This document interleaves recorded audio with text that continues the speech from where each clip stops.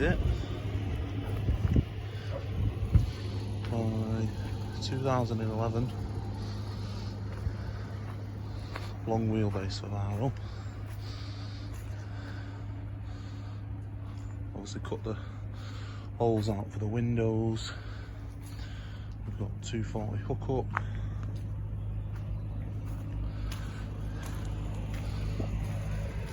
Same on the sliding door. With the window, we've got the roof rack. And up there is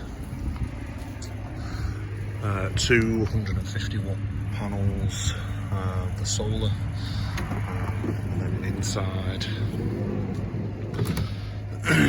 we've got the caravan swivel base, 12 volt fridge, a seat from a Transit Custom.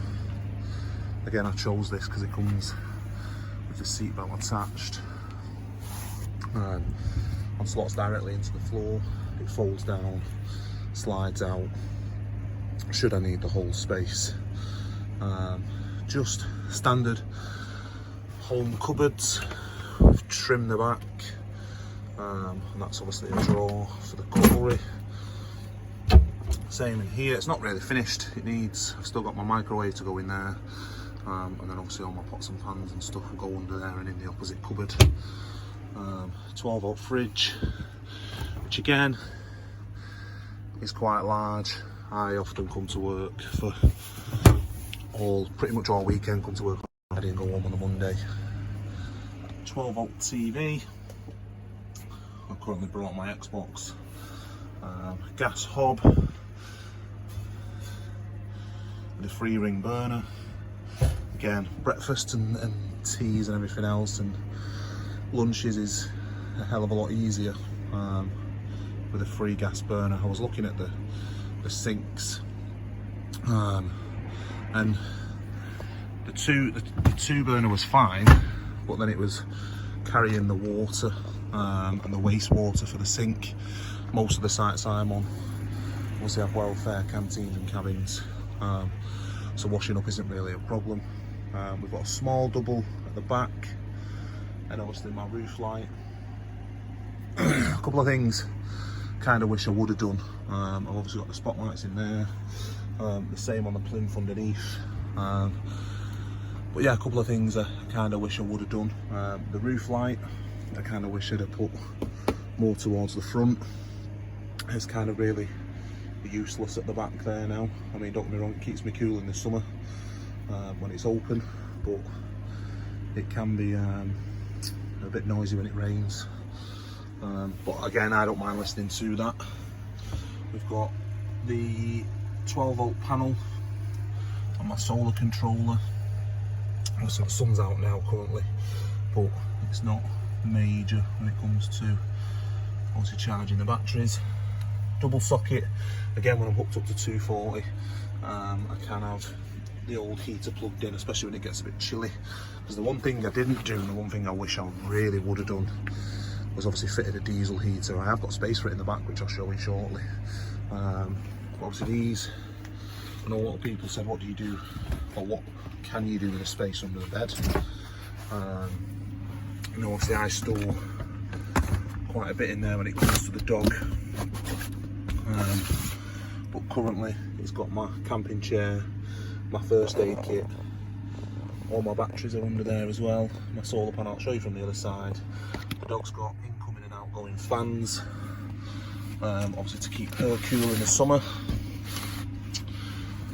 The opposite one slides, and then that's just obviously down by the wheel arch, which I'll show you from the opposite side. But I mean, the seat for me was a big one, solely because it comes on the rails, falls down, lifts up for me to be able to get into the sliding doors at the back, but then also comes out completely. The caravan double swivel base, again, just makes it a whole lot easier, especially if the missus and the kids have come with me. We do use it quite a lot. The one thing I am investing in is, I don't know if you've potentially seen them on eBay, is the rail that goes across the front, and then the table with the leg just so we've got something to potentially dine on. Again, it's not really finished, it still needs the trim tape across the top. I did want to put coming out from obviously from underneath the top, coming up at the back, the sockets, and then obviously coming around the back. I'll just grab the key. Come with headlocks, the van, which obviously makes it a hell of a lot secure. It's a bit of a pain when you forget the key. So we've got the dog, and then the batteries itself. So I've got two 110 amp hour batteries, my 240 fuse switch, my solar controller, and then my fuse box for the 12 volt system. I've also got the I think it's the cargo battery chargers direct from the alternator. Again, great system, just whips a little bit of power into the batteries when you're driving. Solid bed frame underneath, still plenty of storage. I mean, some people use this for bikes and so forth and everything else, but for me, the way it's set up currently, it still needs carpeting at the back. The way I've got it set up currently obviously works for myself. Great van, obviously 2011, currently done 160,000 mile. In the summer, with the solar panels that I've currently got on, I don't really have an issue, especially when it comes to the fridge, the telly. All my lights are 12 volts as well. They all work. So obviously, headroom. Again, I'm 6'2", and obviously sat in the seat, the Transit Connect seat, which we fitted. Not massive amounts, but it's enough. A lot of people have said, do you not feel claustrophobic sleeping in the bed? And no, not really. Like I say, I'm 6'2". It's 5'9" across from side to side, so it's fairly big. It's big enough for the average sized person. Myself, 9 times out of 10, I'm in here by myself anyway. And if I want to stretch out, I'll just sleep diagonally, which makes it a whole lot easier. But yeah, that's kind of it. I mean, obviously the telly's on a swivel. Curtains, again, made for the van. Both the front ones, which do slide right across, they just unclip and they go right across. Really nice. Not, I wouldn't say they were massively blackout, but in the midst of summer, there's not many blackout curtains that will allow it to just stay fully blacked out, so they do the job. I'll just tie this back up. They all come with ties on, which are great. And like I say, the only downside for myself, which I really wish I would have done, was fitted the diesel heater, which I'm a little bit disappointed about. I can retrofit one if I really need to, but I mean, we're in, what is it now, the 5th of February, and it's what, 9-10 degrees outside, so it's not overly cold. I mean, obviously when it was snowing, like I say, I'm always hooked up to 240, so I've got a standard oil filled radiator which does me for the evening, stays on all night, and if I need a boost, I've got the fan heater down there as well. I always keep my screwdriver down there, you'll be able to see it, and that's to undo the I think it's the airbag or the seat belt. Once you spin that round, that wire's not long enough to spin round with the seat, so you just unclip it, have the seat the way it is. You can't drive with a seat like that anyway. Once you flipped it back round, if you forget to plug it back in, the dashboard will tell you anyway. And that's pretty much it. I've had it now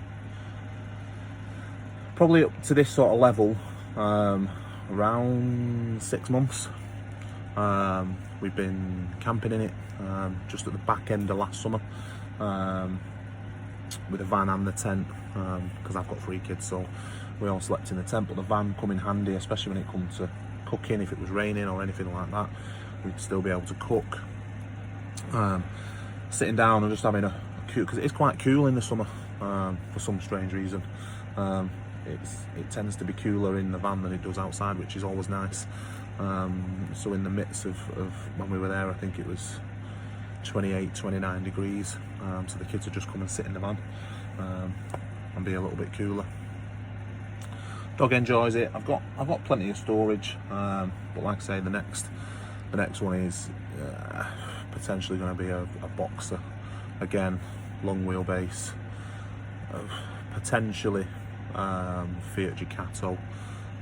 It's more the engines that we're kind of deciding on at the minute. But hopefully that's been an insight. If you've got any questions, anything else you want to see, drop a comment below, and I'll make a video for you. Thanks, guys.